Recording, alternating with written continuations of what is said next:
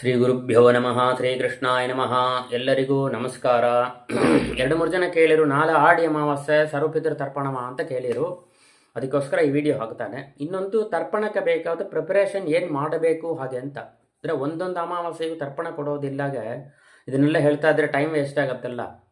ಒಂದು ಸಲ ನೋಡಿಕೊಂಡು ಆ ತರ್ಪಣ ಅಂತಂದ್ರೆ ಎಲ್ಲ ಕಂಪ್ಲೀಟ್ ರೆಡಿ ಮಾಡಿ ಇಟ್ಕೊಬೇಕು. ಆದ ಕಾರಣ ಇದನ್ನು ಹೇಳ್ತಾನೆ. ನಾಳೆ ನಿಮ್ಮ ಮನೆಯಲ್ಲಿರತಕ್ಕಂಥ ಯಾರು ಪಿತೃಗಳು ಇಲ್ಲವೋ, ಅಂದರೆ ತಂದೆ ಅವರ ತಂದೆ, ತಾಯಿ ಅವರ ಅತ್ತೆ, ತಾಯಿಯ ತಂದೆ ಅವ್ರ ತಂದೆ, ತಾಯಿಯ ತಾಯಿ ಅವರ ಅತ್ತೆ, ಈ 12 ಜನತ ತರ್ಪಣಕ್ಕೆ ಬರೋರು. ಇದರಲ್ಲಿ ಯಾರಿದ್ದಾರೆಯೋ, ತಾಯಿ ಇದ್ದರು ಅಂತಂದರೆ ತಾಯಿ ಅವರತ್ತೆ ತರ್ಪಣ ಕೊಡೋದು ನಮ್ಮ ಸಂಪ್ರದಾಯದಲ್ಲಿ ಹೇಳಲ್ಲ. ಆದ ಕಾರಣ 12 ಇಲ್ಲ 9 ಜನತ ತರ್ಪಣಕ್ಕೆ ಬರ್ತಾರೆ. ಇದಿಲ್ಲಿ ಮೊದಲಿ ಕರ್ತ ಬಂದು ಬೆಳಿಗ್ಗೆ ಆದಷ್ಟು 6 ಗಂಟೆ ಒಳಗೆ ಸ್ನಾನ ಮಾಡೋಕ್ಕೆ ಪ್ರಯತ್ನ ಮಾಡಬೇಕು. ತರ್ಪಣದ ದಿವಸ ವಾರ ಆದಷ್ಟು ದಿನಾಗಲೂ ಮಾಡಿದರೆ ತುಂಬ ಶ್ರೇಯಸ್ಸು, ಒಳ್ಳೆಯದು. ಅಂದರೆ ಕೆಲಸ ಅವರವರ ಪ್ರಾಕ್ಟಿಕಲ್ ನೋಡೋಂಥವೆಲ್ಲ ಯಾರಿಗೆ ಅದೆಲ್ಲ ಹೇಳೋಕ್ಕೆ ಚೆನ್ನಾಗಿದೆ, ಕೇಳೋಕ್ಕೆ ಚೆನ್ನಾಗಿದೆ, ಯಾರು ಮಾಡೋಕ್ಕೆ ಆಗೋದಿಲ್ಲ ಅಂತ ಹೇಳ್ತಾರೆ. ಆದ ಕಾರಣ ಇದು ನಾನು ಪ್ರಾಕ್ಟಿಕಲ್ ಆಗಿ ಒಂದುವೇ ತಿಳಿಯದೇ ಇರುವಂಥವರಿಗೋಸ್ಕರ ಹೇಳುವ ಈ ವಿಷಯ. ಬೆಳಿಗ್ಗೆ ಆದಷ್ಟು 6 ಗಂಟೆಗಾರ ಎದ್ದು ಸ್ನಾನ, ಅಂದರೆ ಸ್ನಾನ ಅಂತಂದರೆ ಮೊದಲಿಗೆ ಒಂದು ತುಂಡು ಬಿಳಿ ತುಂಡು, ಮಡಿ ತುಂಡು ಅಂತ ಮಾರುತ್ತಾರೆ ನಂಬುದಲ್ಲಿ. ಬಿಳಿ ತುಂಡು ಅದು 2 ತುಂಡು ತಗೊಳ್ರಿ. ಒಂದು ತುಂಡು ನೆನೆಸಿ ಇಟ್ಟುಗಳ್ರಿ, ಒಂದು ತುಂಡು ಉಟ್ಟುಕೊಂಡು ಸ್ನಾನವನ್ನು ಮಾಡಿರಿ. ತುಂಡು ಚೆನ್ನಾಗಿ ನೆನಿಬೇಕು. ತಲೆಗೆ ಸ್ನಾನ ಮಾಡಬೇಕು.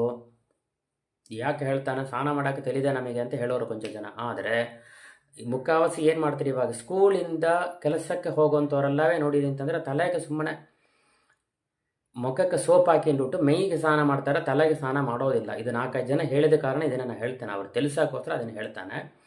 ಹಾಗೆ ಮೊದಲೇ ಒಂದು ತುಂಡು ಉಟ್ಟುಕೊಂಡು ಒಂದು ತುಂಡು ನೆನೆಸಿ ಕಲಗಿಟ್ಟಿರಬೇಕು. ಈ ತುಂಡು ಉಟ್ಟುಕೊಂಡು ತಲೆಗೆ ಸ್ನಾನ ಮಾಡಿ ಕಲಗೆ ಇರೋ ತುಂಡನ್ನ ತಿರುಗಿ ಮತ್ತೆ ನಾವು ಸ್ನಾನ ಆದಮೇಲೆ ಮೇಲ್ನೀರು ಹಾಕಿ ಅದು ತೆಗೆದು ಮೈ ಒರೆಸಿಕೊಂಡು ಬರಬೇಕು. ಇದು ಒಂದು ಬೇಸಿಕ್ ಸ್ನಾನದ ಕ್ರಮ. ಆಮೇಲೆ ಗೋಪಿಚಂದ್ರನ ಹಚ್ಚಿಕೊಬೇಕು. 12 ನಾಮಗಳು ಗೋಪಿಚಂದ್ರ 12 ಸ್ಥಳದಲ್ಲಿ ಹಾಕಿಬೇಕು. ಮುದ್ರೆ ಶಂಖಚಕ್ರ ಗದಾ ನಾರಾಯಣ ಪದ್ಮ ಮುದ್ರೆ ಹಾಕಿಬೇಕು. ಆಮೇಲೆ ಸಾಲಗ್ರಾಮ ಪೂಜೆ ಆಗಲಾದ ಪಕ್ಷದಲ್ಲಿ ಚಿಕ್ಕ ಸುದರ್ಶನವಾರ ಒಂದು ತೆಗೆದಿಟ್ಟುಂಡು ಒಂದು ಪಂಚಪಾತ್ರೆ ನೀರು ಹಾಕಿ ಅದನ್ನು ತೊಳೆದು ತೆಗೆದಿಟ್ಟು ಒಂದು ಪಂಚಪಾತ್ರೆ ನೀರಿಟ್ಟು ಅದು ಒಂದು ತುಳಸಿದಲ್ಲಿ ಹಾಕಿ ಓಂ ನಮೋ ನಾರಾಯಣಾಯ ಅಂತ 8 ಸಲ ಜಪವಾರ ಮಾಡಿ ಆ ತೀರ್ಥನ ತೆಗೆದಲ್ಲಿ ತೀರ್ಥ ಅಂತ ತೆಗೆದು ಅದನ್ನೇ ಇಡಬೇಕು. ತರ್ಪಣಕ್ಕೋಸ್ಕರ ಅದನ್ನ ಇಟ್ಟಬೇಕು. ಕೊಂಚ ತೀರ್ಥ ನಿರ್ಮಾಲ್ಯ ತೊಗೊಂಡುಬಿಟ್ಟು ತರ್ಪಣಕ್ಕೆ ತನಿಯ ಬೇರೆ ತೀರ್ಥ ತಗೊಂಡದ್ದಿಲ್ಲ, ಬೇರೆ ತೀರ್ಥ ತನಿಯಾಗಿ ಸಪ್ರೇಟಾಗಿ ತೆಗೆದಿಟ್ಟಿರಬೇಕು. ಒಂದು ತರ್ಪಣಕ್ಕೆ ಬೇಕಾದ್ದು ಪೇಲ ಪಂಚಪಾತ್ರೆ ಉದ್ದರಣಿ ಆಚಮನ ಮಾಡೋಕ್ಕೆ ಒಂದು ಸೆಟ್ಟು, ಇನ್ನೊಂದು ಈ ತೀರ್ಥ ತನಿಯ ಒಂದು ಇಲ್ಲಿರಬೇಕು. ಒಂದು ಕಪ್ಪು ಎಳ್ಳು, ಎಷ್ಟು ಪಿತೃಗಳಿದೆಯೋ ಅಷ್ಟು ಮಾತ್ರ ಎಳ್ಳು, ಅದು ತಕ್ಕಂತೆ ಎಳ್ಳು. 3 ದರ್ಬೆ ಮಾಡಿದೆ ಪವಿತ್ರ ಬೆಳ್ಳಿ ಉಂಗುರ ಇದ್ದರೆ ಹಾಕಿ ಒಂದು ಪವಿತ್ರ, ಆದಷ್ಟು ದರ್ಭ ಪವಿತ್ರ ಇದ್ದರೆ ಒಳ್ಳೆಯದು.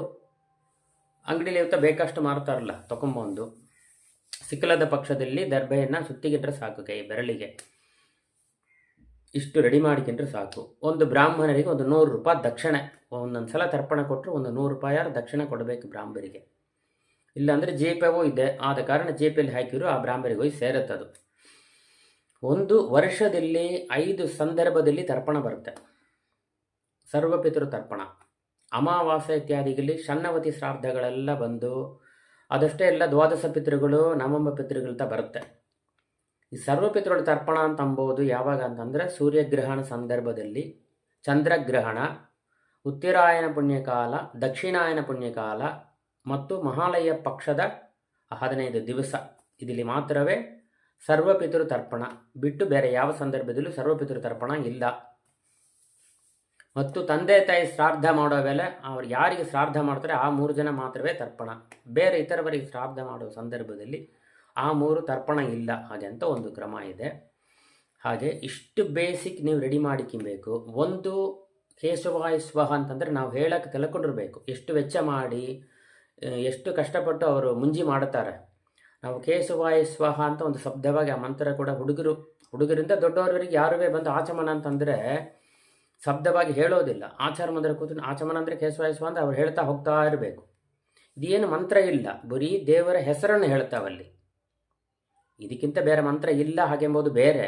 ಅಂದರೆ ನಾವು ತಿಳ್ಕೊಬೇಕಲ್ಲ, ಮಾಡೋ ಕರ್ತ ಗೋವಿಂದಾಯ ನಮಃ, ವಿಷ್ಣವೇ ನಮಃ ಹಾಗೆ ಅಂತ ಒಂದು ಶಬ್ದವಾಗಿ ಹೇಳಬೇಕಲ್ಲ. ಆಚಾರ್ಯ ಎಲ್ಲ ಹೇಳಿಡ್ತಾರೆ, ಮಾಡೋವಂಥವ್ರು ಯಾರು ಹಾಗೆ ಅಂತ ತಿಳಿಯೋದಿಲ್ಲ ಅಲ್ಲಿ. ಎರಡನೇದು, ಬರೀ ದೇವರ ಹೆಸರು ಹೇಳಿರೋ ಕೂಡ ಸಾಕು, ದೇವರ ಅದಕ್ಕೂ ಬಂದು ಇಷ್ಟಾರ ಮಾಡಿದ್ದಾನಲ್ಲ ಅಂತ ಅನುಗ್ರಹ ಮಾಡ್ತಾನ, ನಮ್ಮ ಪಾಪಗಳೆಲ್ಲ ಪರಿಹಾರ ಆಗುತ್ತೆ. ಬರೀ ಕೃಷ್ಣಾಯ ನಮಃ ಹಾಗೆ ಅಂತಂದ್ರೆ ಸಾಕು. ಅಂದರೆ ಇದಿಲ್ಲಿ ಬೇಸಿಕ್ ನಾವು ಕೇಶವ, ನಾರಾಯಣ, ಮಾಧವ, ಗೋವಿಂದ ಅಂತ ಹೆಸರುದ ಹೇಳುತ್ತೇವೆ.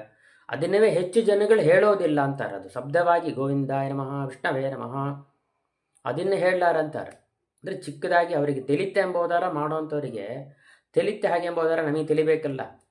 ಅಂದರೆ ಮಾಡೋ ಕರ್ತಾಗ ಇಷ್ಟಾರ ತಿಳಿತೆ ಅಂತ ತೆಲೆದರ ತಾನೆ ನಾವು ಅದನ್ನು ಕೊಂಚ ಪರವಲ್ಲ ಹಾಗೆ ಅಂತ ನಾವು ಇನ್ನೂ ಕೊಂಚ ಜಾಸ್ತಿ ಕೊಂಚ ಡೆವಲಪ್ ಆಗಿ ಇನ್ನೂ ಆ ಪಿತೃಗಳ ಅನುಗ್ರಹ ಜಾಸ್ತಿ ಆಗೋದಕ್ಕೆ ನಾವು ಮಾಡಬಹುದು, ಪ್ರಯತ್ನ ಪಡಬಹುದು ಅಂತ. ಆದಷ್ಟು ಇದನ್ನು ಆಚಮನ ಅಂಬೋದು ಏನು ಅಂತ ತೆಲಕಲ್ರಿ, ಶಬ್ದವಾಗಿ ಹೇಳ್ರಿ. ಗೋತ್ರ ಪ್ರವರವನ್ನು ಪಳಿಸಂತ ಹೇಳ್ರಿ, ಶಬ್ದವಾಗಿ ಹೇಳ್ರಿ. ದೇವ್ರ ಹೆಸರು ತಾನೆ ಅಲ್ಲಿ, ಏನು ಅಲ್ಲಿ ತಪ್ಪಿಲ್ಲ.